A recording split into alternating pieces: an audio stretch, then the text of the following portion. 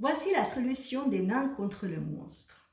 Comme nous avons vu, les nains sortent un après l'autre. Donc il y a le premier nain qui sort, il se met sur la ligne. Il ne connaît pas la couleur de son propre chapeau, il peut se mettre où il le veut. Imaginons que la couleur de son chapeau est blanc. Le second nain arrive, il voit la couleur du chapeau du premier, il se dit peut-être que j'ai un chapeau noir, peut-être que j'ai un chapeau blanc, c'est égal, je peux me mettre où je veux. Imaginons que son chapeau, il est aussi blanc. Le troisième nain qui arrive, il a maintenant la possibilité de se mettre soit ici, soit au milieu, soit là, mais il ne connaît pas sa propre chapeau.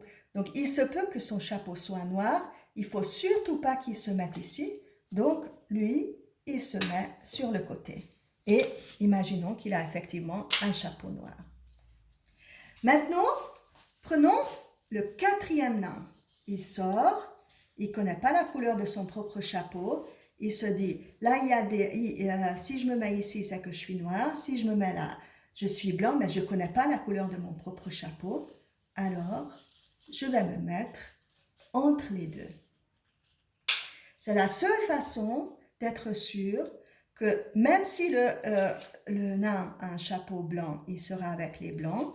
Et s'il a un chapeau noir, il sera avec les noirs.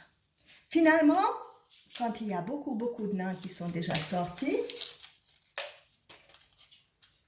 comme ici par exemple, donc là déjà les nains ils sont groupés noirs et blancs avec cette stratégie.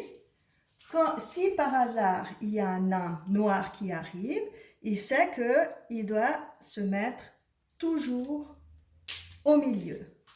Si c'est un blanc qui arrive, le nain blanc, il sait aussi qu'il faut se mettre au milieu.